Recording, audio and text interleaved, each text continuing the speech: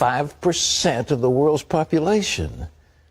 But we make up 25% of jailed prisoners. Even though these prisoners may have been sentenced by some court for some offense, should they be behind bars? Here's the thing. We have now over 3,000, the number must be much higher than that, but over 3,000 federal crimes.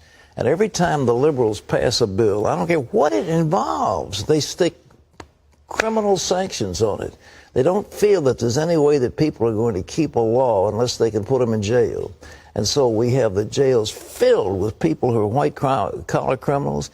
And I became sort of a hero of the hippie culture, I guess, when I said I think we ought to decriminalize the possession of marijuana. I just think it's shocking how many of these young people wind up in prison and they get turned into hardcore criminals because they have had possession of a very small amount of a controlled substance. I mean, the whole thing is crazy.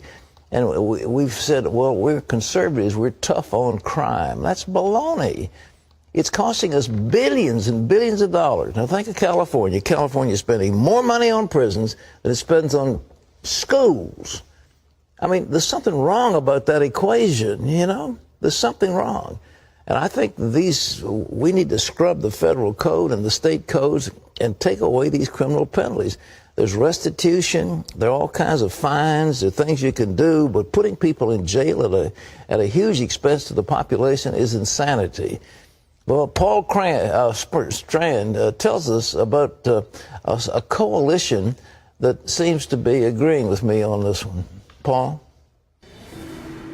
Only about 30% of America's prisoners are considered dangerous enough to be a threat to society. 2.5 million people in prison, 62% there for soft, non-offensive drug convictions. That belief, combined with a price tag close to $300 billion to capture, convict, and jail those prisoners, has folks from both the left and right questioning if there's a better, smarter way. Few issues in these divisive times can bring liberals and conservatives together, but who we choose to punish and how has such a high cost both to individuals and society's pocketbook that it has brought liberals and conservatives together in a new joint effort at prison reform. PBS talk show host Tavis Smiley and Princeton professor Cornel West want to reform a system they believe sweeps far too many poor folks and people of color behind bars while doing little to educate them. It's warped priorities.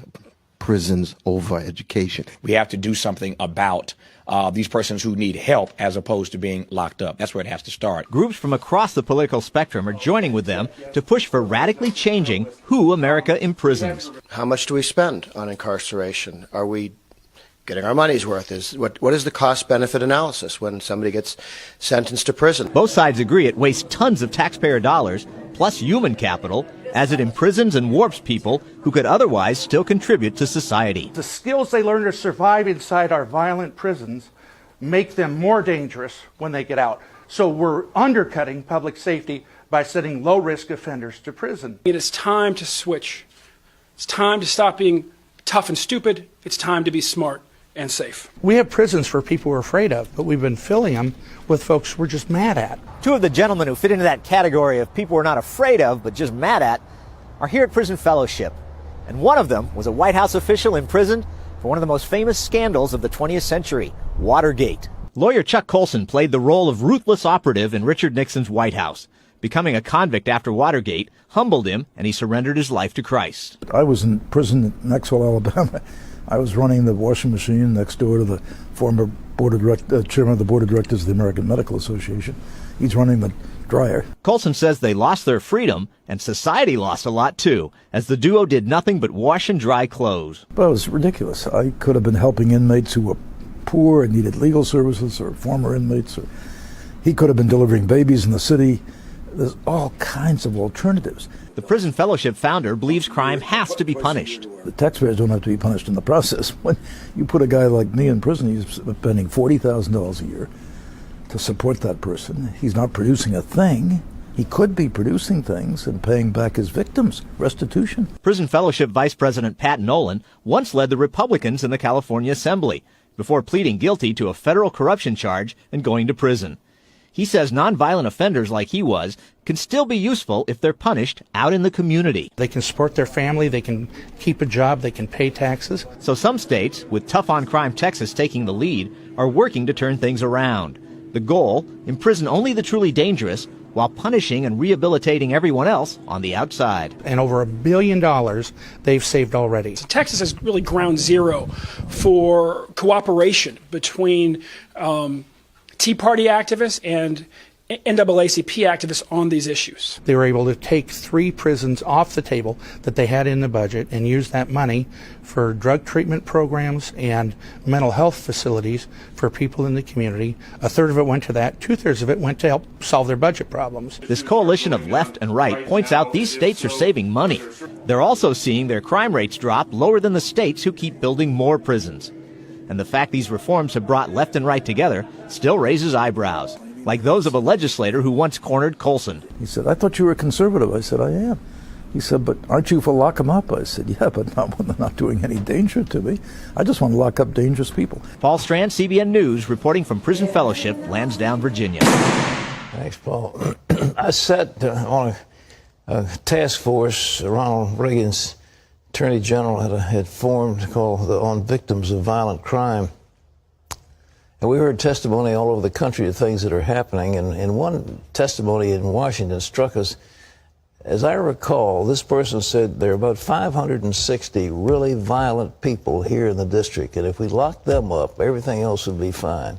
You know, you wouldn't have the problem. I mean, there'd be crime, but there wouldn't be the terrible loss of life and the things that are happening if you concentrated on these really violent people.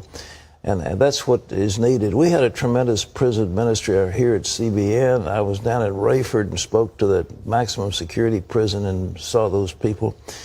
And listen, folks, we've got to do something about this. We've just got to change the laws. We cannot allow this to continue. It is sapping our vitality. But think of this great land of freedom. We have the highest rate of incarceration of any nation on the face of the earth. Now, that's a shocking statistic. And what is it we're doing is different. What we're doing is turning a bunch of liberals loose and writing laws. And it seems like there's this punitive spirit. They always want to punish people. Well, you can do that with restitution. One of the nicest things that we found, the best things, is if a person hurts someone, then you let that person confront the one that they have injured and then work to restore what has been taken away. If that person has been injured, then let the offender work to earn the money to pay the hospital bill. But one of my associates on this said it's like the lilies in Jesus' parable. He said they neither toil nor do they spin. They don't do anything. They just sit around these prisons. They do nothing. Terry, it's time for change. It's time. I applaud these guys that are. Well, the statistics are pretty clear. I mean, something has to be done and ought to be done quickly. It's been like this for a long time. Well, I mean, more and more prisons, more and more crime, and more. I mean, it's just shocking, and especially this business about drug offenses. I mean, it's time we stop locking up people for possession of marijuana. I mean, you know, we just can't do it anymore. Well, we kind of pick and choose our drugs of choice, don't we? That's right. You don't lock them up for boozing. I mean, you know, that